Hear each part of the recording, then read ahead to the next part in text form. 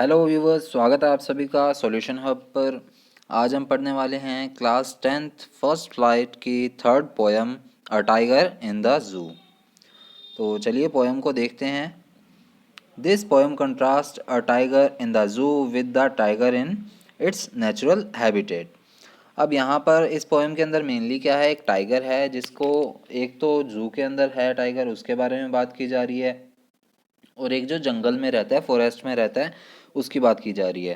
तो इस पोएम में क्या है कि एक टाइगर जो जू के अंदर बंद है और एक टाइगर जो नेचुरल हैबिटेट यानी कि अपने फॉरेस्ट में जंगल में रहता है, उनका कंट्रास्ट किया जा रहा है, उनका कंपैरिजन किया जाएगा। The poem moves from the zoo to the jungle. अब पोएम जो है वो शुरू कहाँ से होगी, जू से शुरू होगी, जंगल पे जाएगी, and back again to the zoo, और वापस कहाँ आकर ख़त्म होगी, जू के अंदर ही आकर ख़त्म होगी। Read the poem silently once and say which stanza speak about the tiger in the zoo and which one speaks about the tiger in the jungle। तो अब इसमें क्या है, हमें पोएम पढ़ना है और पोएम के स्टेंजर्स के अकॉर्डिंगली बताना है कि कौन सा टाइगर जो है जंगल में है और कौन सा टाइगर जो है वो जू के अंदर बंद है। तो यहाँ पर कंट्रास्ट इस चीज़ का ये है कि टाइगर जो है उसे मेनली इसका क्या सार आता है कि टाइगर जो है उसे खुले में रहना चाहिए, अपना जंगल में ही रहना चाहिए। तो चलिए पोएम को स्टार्ट करते हैं। He stalks in his vivid stripes, the few steps of his cage on pads of velvet quiet in his quiet rage।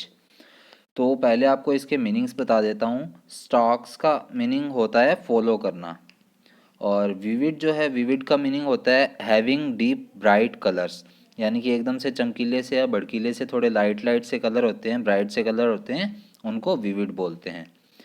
फिर है इसमें डिफ़िकल्ट वर्ड पैड्स। तो पैड से यहाँ पर क्या मीनिंग है, जो टाइगर होता है, टाइगर के पैरों के नीचे का जो पार्ट होता है वो काफ़ी ज़्यादा सॉफ्ट होता है। पॉज ऑफ द टाइगर बोलते हैं इसे, PAWS, pause of the tiger. ये क्या होता है, जैसे हम कारपेट वगैरह होते हैं वो मखमल की तरह होते हैं, सॉफ्ट सॉफ्ट से, उसी तरह जो टाइगर का जो तला होता है पैर का, वो भी बिल्कुल मखमल की तरह होता है, सॉफ्ट सॉफ्ट, जिससे कि वो चलते हैं तो बिल्कुल भी आवाज़ नहीं आती। और फोर्थ यहाँ पर डिफिकल्ट वर्ड है रेज। तो रेज का मीनिंग है एंगर। तो चलिए स्टार्ट करते हैं इस पैराग्राफ को। He stalks in his vivid stripes. तो जो टाइगर है, हमने स्टार्टिंग में पढ़ा था वो जू से स्टार्ट होगा, तो ये जू के अंदर का ही पैराग्राफ है। तो टाइगर जो है वो चलता है, स्टॉक्स करता है, फॉलो करता है विविड स्ट्राइप्स को, यानी कि उसके जो ऊपर धारियाँ सी बनी होती हैं टाइगर के ऊपर, ब्लैक और येलो सी, ब्राइट से कलर की, तो उसको विविड स्ट्राइप्स बोला गया कि उसकी जो स्ट्राइप्स हैं उन्हें फॉलो करता हुआ, यानी कि उन्हें अपने साथ लेकर फॉलो करता है, स्टॉक करता है, चलता है इधर उधर। The few steps of his cage. और वो चलता कहाँ है, कुछ ही स्टेप्स चलता है अपनी केज के अंदर, यानी कि अपनी केज के अंदर वो बंद है और इधर उधर घूम रहा है, थोड़े थोड़े स्टेप्स चल रहा है। On pads of velvet quiet in his quiet rage. अब वो चल किस पर रहा है, अपने पैड्स पर, अपने पैरों के तले पर चल रहा है। उसके जो पैर हैं वो काफ़ी सॉफ्ट हैं, यानी कि नीचे से मखमल की तरह है। ऑफ वेलवेट क्वाइट, यानी कि जैसे कि वेलवेट का कपड़ा होता है, जैसे शादियों पर जो बिछा होता है रेड सा कालीन सा, वो काफ़ी ज़्यादा सॉफ्ट सा होता है, उसकी तरह ही वेलवेट का है जो इसके पैड्स होते हैं। इन हिज क्वाइट रेज, यानी कि अपने पूरी शांत चल रहा है और अपना पूरा गुस्सा दिखाकर चल रहा है। मतलब वो पूरा शांत भी है टाइगर, कोई आवाज़ भी नहीं कर रहा, लेकिन उसे गुस्सा भी काफ़ी ज़्यादा आ रहा है। तो रिकैप कर लेते हैं इस पैराग्राफ को कि जो टाइगर है वो अपनी स्ट्राइप्स को लेकर फॉलो करता हुआ चल रहा है, अपनी केज के अंदर कुछ ही स्टेप्स पर चल रहा है। और वो चल किस पर रहा है, अपने पैरों पर चल रहा है, अपने सॉफ्ट सॉफ्ट पैरों पर चल रहा है, बिल्कुल शांत होकर, और अपना पूरा गुस्सा साथ लेकर चल रहा है।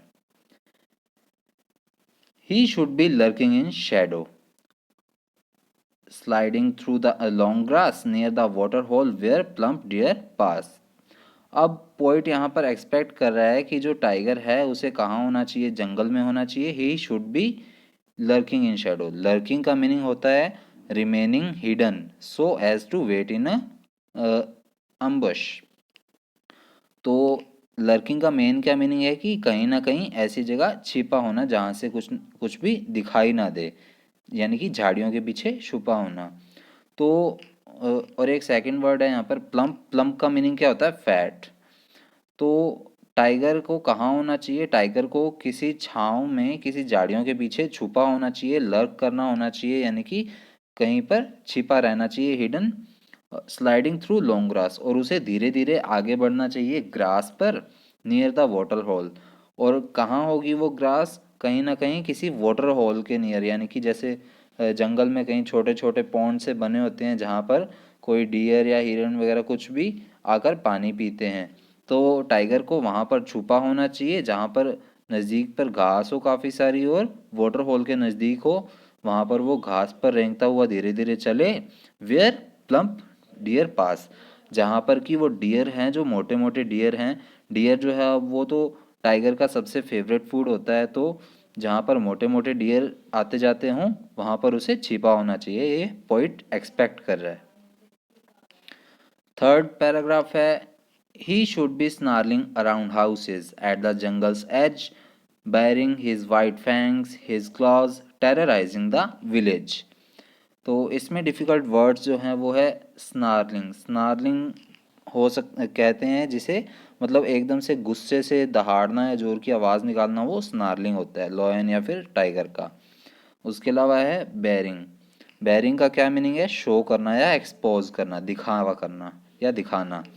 और उसके अलावा फैंग्स, फैंग्स बोलते हैं उसके जो टाइगर के या लॉयन के जो तीखे से दांत होते हैं, शार्प से टूथ होते हैं, उन्हें फैंग बोलते हैं।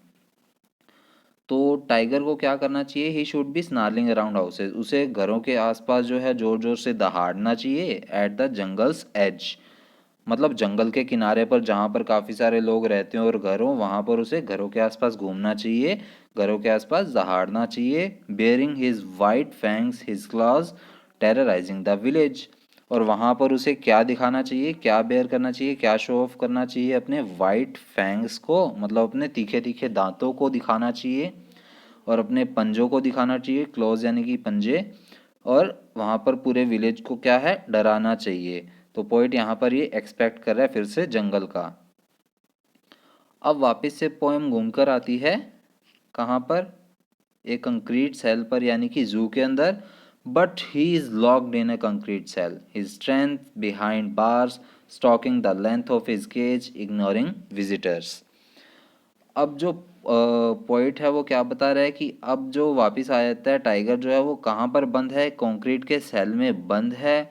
और उसकी जो स्ट्रेंथ है, उसकी जो मजबूती है, उसकी जो पूरी पावर्स हैं, वो बार्स के यानी कि बेड़ियों के पीछे बंधी हुई है, बेड़ियों के अंदर वो कैद है। Stalking the length of his cage, और वो क्या है? अपनी केज में ही इधर उधर घूम रहा है, यानी कि जितना केज का, मान लीजिए एक बॉक्स है, ये इसकी केज है, और इसमें इधर से जा रहा है और वापस इधर आ रहा है, मतलब इधर उधर ही घूम रहा है उस लेंथ के अंदर ही। और इग्नोरिंग विजिटर्स, और जो विजिटर्स हैं उन्हें या तो ये इग्नोर कर रहा है टाइगर, या फिर विजिटर्स जो हैं वो इग्नोर कर रहे हैं इसे, यानी कि बिना देखे ही जा रहे हैं।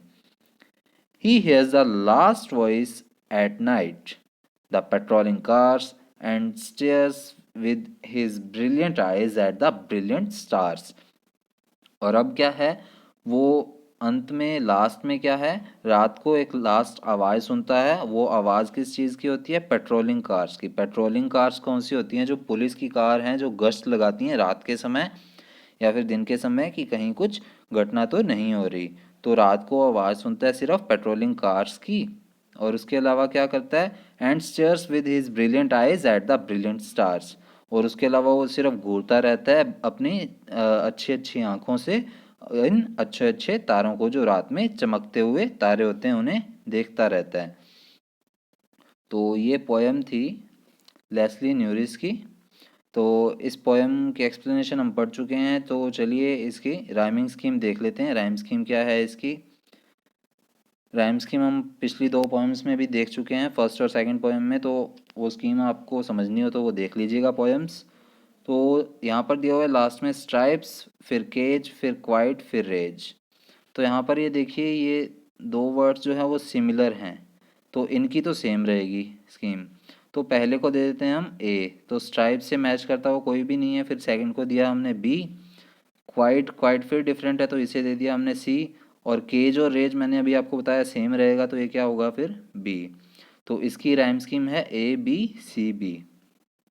फर्स्ट पैराग्राफ की rhyme scheme A B C B है, उसी तरह सेकंड की ही है, शेडो ग्रास होल पास। तो ग्रास और पास जो है वो सिमिलर शो हो रहे हैं, राइमिंग सेम आ रही है, तो इनकी क्या रहेगी, सेम रहेगी। तो शेडो को दे देते हैं हम ए, फिर इसको बी, फिर हॉल अलग है तो इसको सी, फिर वापस से सिमिलर आ गया ग्रास के तो इसको बी दे देते हैं। तो इसकी राइम स्कीम हुई ए बी सी बी।